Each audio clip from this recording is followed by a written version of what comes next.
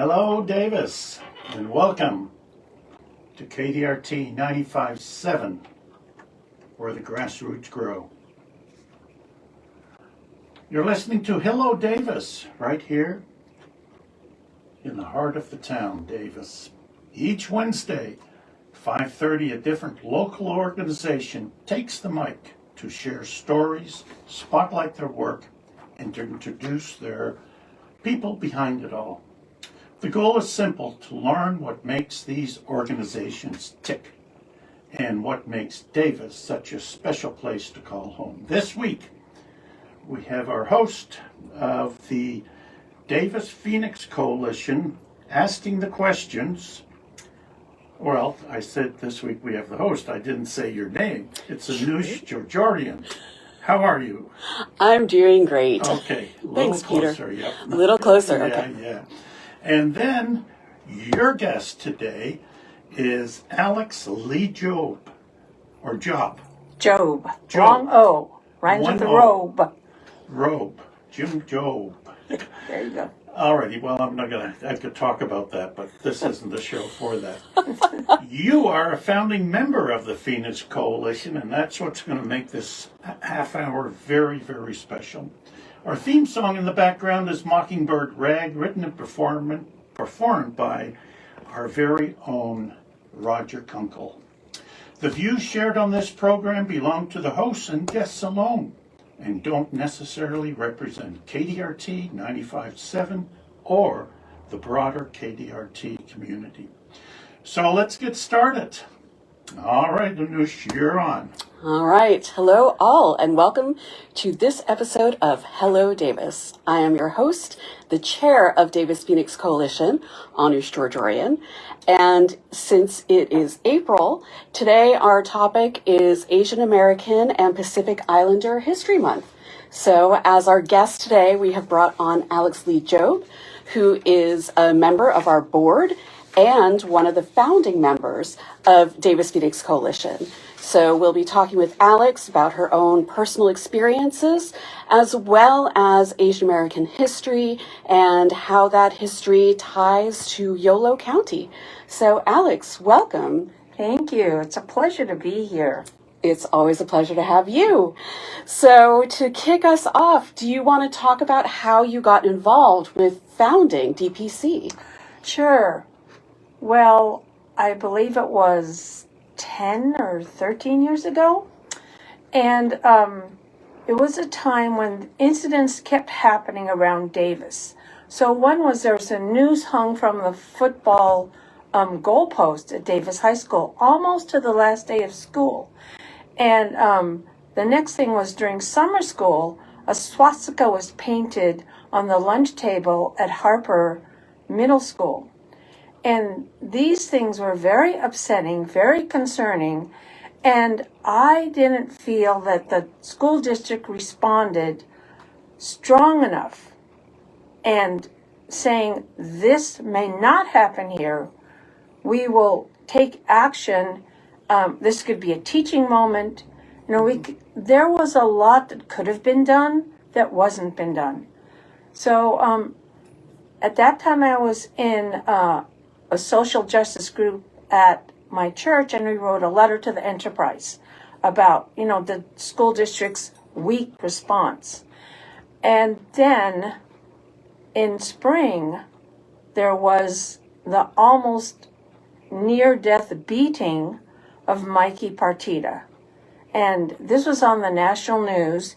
It was his birthday, and he was leaving his birthday party, and there was a young man who lived across the street who came over, and he started beating on Mikey, and he used a slur against gay people as he was punching Mikey in the head. And thank God, Mikey passed out. He was bleeding in his brain. His vision was compromised. He was, of course, rushed to the hospital, and there was a vigil, and there's a huge gathering of people came to Central Park, myself included, and it was just so horrible. And I got the idea that I didn't want Davis to be the kind of city that would say, this is an isolated incident. This never happens here. There's no homophobia here. There's no anti-Semitism here referring to the swastika. There's no racism here as the noose, and that they would just, gloss it over. And so I thought I want to hold a community meeting to stand up against these things happening and saying, we don't want this in our city. So I called for a meeting. I put it in the Enterprise. I invited people to come from this group called Not in Our Town, which is a group that makes films, who documents these types of things in communities and documents how the communities heal. And so I invited people from that group, and the mother of Mikey Partita, Gloria, who is now on our city council, came to that meeting. And that was the beginning of the Davis Phoenix Coalition. That's a story that I feel like should be more widely known in Davis, honestly. I was able to talk with a group of junior high students at Harper, and every time I go into classrooms and I say, have you heard of the Davis Phoenix Coalition? Do you know why we were founded? And this is information that our kids are not learning. And I think it's actually really crucial information that kids should know as they're growing up in Davis, not just because it's important to know that incidents like this happen in the town where they live. And of course, we know things like slurs and swastikas are very sadly we still have those incidents happening in our schools. Every generation is a new generation and has to learn that this is not okay.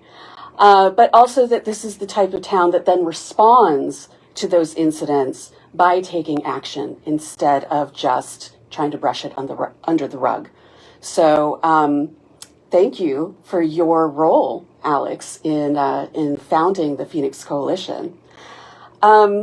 I want to turn now to a more personal question of, since, we'll be talking about Asian American issues today, when for you personally did you become aware of your identity as an Asian American? Well, this is a story that my mother tells.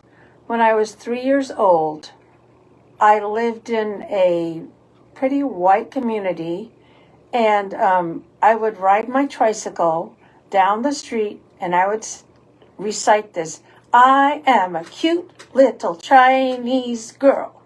I am a cute little Chinese girl. And I'm sure that came from my mother. And that's a story she tells that I don't remember. Okay, then we have to fast forward to when I came to UC Davis for college. And one of the reasons I came was because they had an Asian American Studies department. And I wanted to find out more about my heritage, because when I grew up, my parents wanted to assimilate. They came from China. The Iron Curtain came down. They could not have a letter back home. They could not have a phone call, no contact. So they decided, we are going to become American. So when I was in kindergarten, preschool, they spoke to me in Chinese, and I was as fluent as that age child is. Once I got to public school in Chicago, they spoke to me in English. So they really wanted to assimilate and become American. We didn't celebrate any Chinese holidays. They didn't speak the language with me. And so when I got to about college age, the identity, what's my identity? Where do I belong? Who am I going to be? What's my career? I was curious. So I took Asian American Studies classes, and then I started learning about the history, about the discrimination, about everything that happened to Chinese people, little bits at that time. I learned about the railroad. I never knew until I got to college that Chinese people helped build the railroad. And that was the beginning of my awareness of myself as a Chinese American. That's really interesting because growing up in California, the role of Chinese Chinese workers in building the Trans-American Railroad, that was actually covered.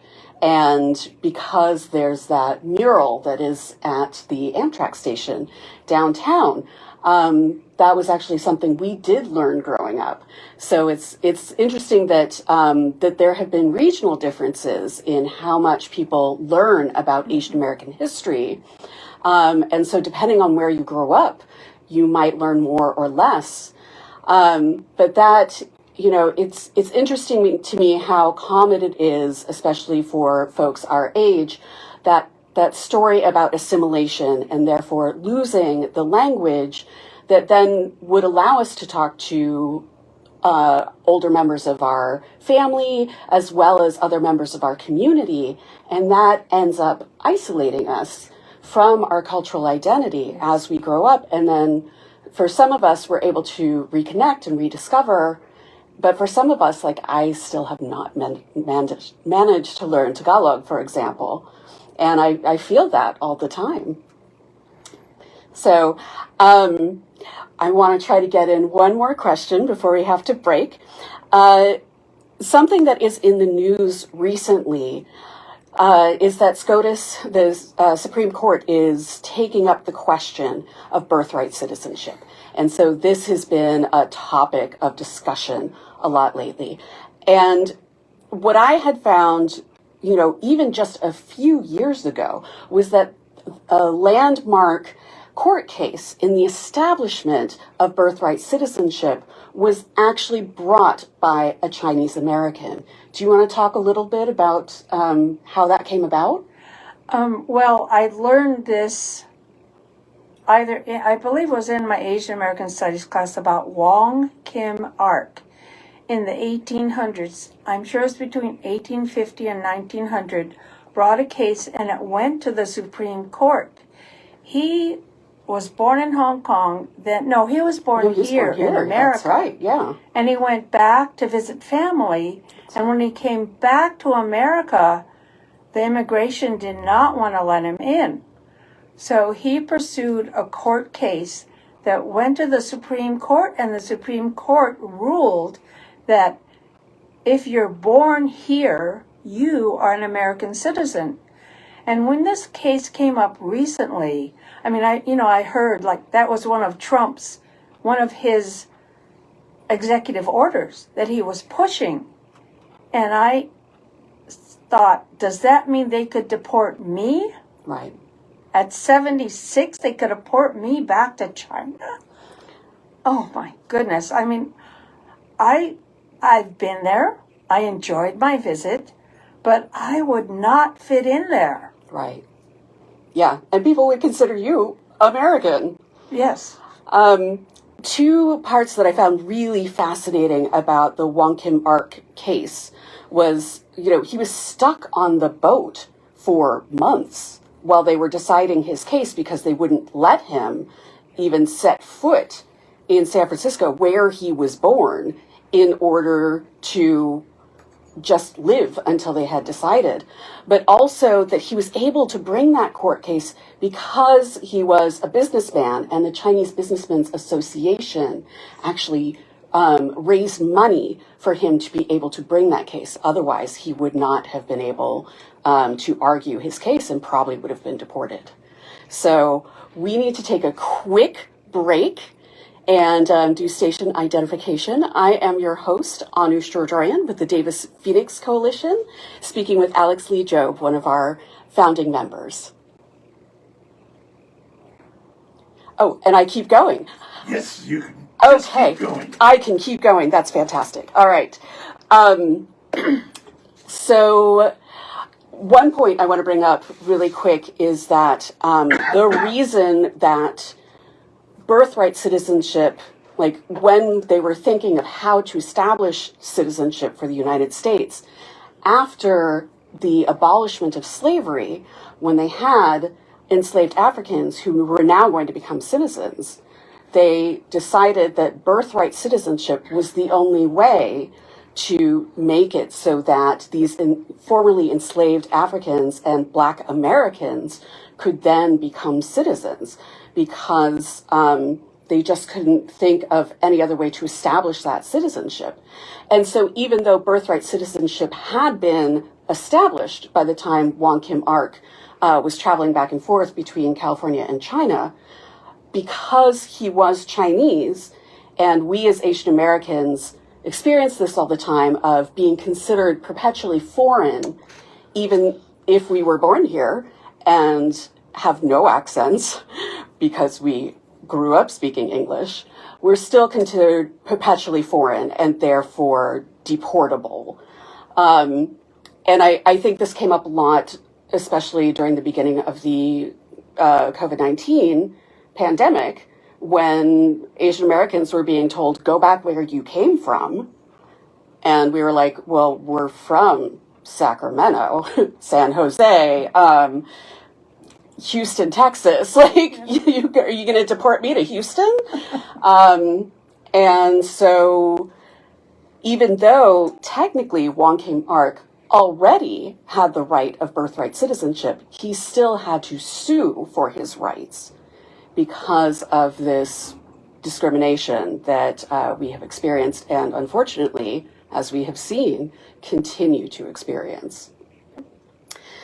So on that topic, another way that this is manifested, of course, is with the incarceration of Japanese Americans during World War II. And that is, the Day of Remembrance is something that DPC does observe every year, largely because that is something that you make a priority every year that we mark through an event. So do you want to talk a little bit about the history of that and also what events you've organized in order to keep this memory alive in Davis?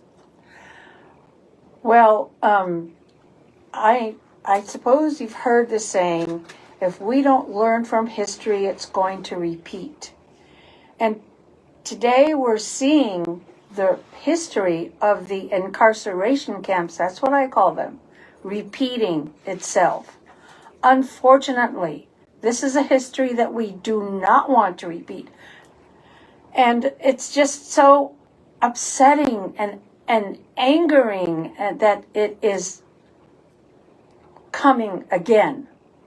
Right. So that's why we have to observe the Day of Remembrance every year. And as Anoosh said, there are new kids growing up that don't really know what happened in the incarceration camps. And one of a sad story that I heard is from a church friend who was 7 when her family was in the camp. And some of her friends sent her a birthday cake. And she was so happy that she was remembered by her friends outside of the camp. I believe they were Caucasian. They sent her a birthday cake. But what they did to the cake is they cut the cake up to look for a knife or a file or some kind of tool to harm others. And that did not upset her at all. She was grateful that she got a cake on her 7th birthday. And that was so heartbreaking to me that even though the cake was a mess, she could still appreciate it. Right. Yeah, I think that speaks to the low expectations of being remembered and being included. I want to emphasize how, this history of Japanese American incarceration, it's rooted right here in Yolo County. A few years ago, the U.S. government released a number of photos by Dorothea Lange, the famous photographer, which had been kept under wraps. It had been kept secret by the government for decades. And Dorothea Lange had actually taken photos of Japanese Americans in the process of incarceration. So I actually bought a copy of one of the prints at that time. And it's actually, I bought it because it's a photograph from Woodland. And it shows a Japanese American man, and he's sitting on a stump. And his body language is just completely, like his shoulders are slumped, his head is bowed, his back is to the camera. And you can just see the weariness and the discouragement in his whole body. And the accompanying information for the photograph said it was the day that he had, finished selling all of his possessions and sold his land. And the next day he was going to be taken to the camps. And so just the idea of being completely uprooted from your home in the United States and then, essentially going to a prison camp without knowing how long you would be there and not being allowed to take very much with you, including, stuff from your family, stuff from Japan that your family had brought, all these memories, all this family history. The idea of having those roots just chopped off so abruptly, to me, is really heartbreaking. And of course, for so many of my Japanese American friends, that is such a touchstone in their own political awakenings. And it is worrisome, when we talk about these memories, it is worrisome that as the folks who have lived through that are passing away, that history, like that our contact with that history and the immediacy of it and the way it touches us fades. And that's which is why, for example, it's really wonderful that we have the Korematsu School in Davis, which then again, that becomes a topic of conversation and a point to teach children, well, this is who your school is named for, and this is why, and this is that person's story. So, thank you for organizing those events. Every time I go and, you have speakers and, I remember one of the vendors afterwards was selling a children's book about incarceration and learning about it, but also finding resilience in it. The photographs, the history, it's always very moving and so vibrant. And I really appreciate you doing that work. I know, goodness, the time passes so quickly. So in the short period of time we have left, I know that you have been thinking a lot about the parallels between Japanese American incarceration and what is happening with ICE now. So do you want to talk about how this wave of repression, I would say, by ICE agents is affecting Asian Americans?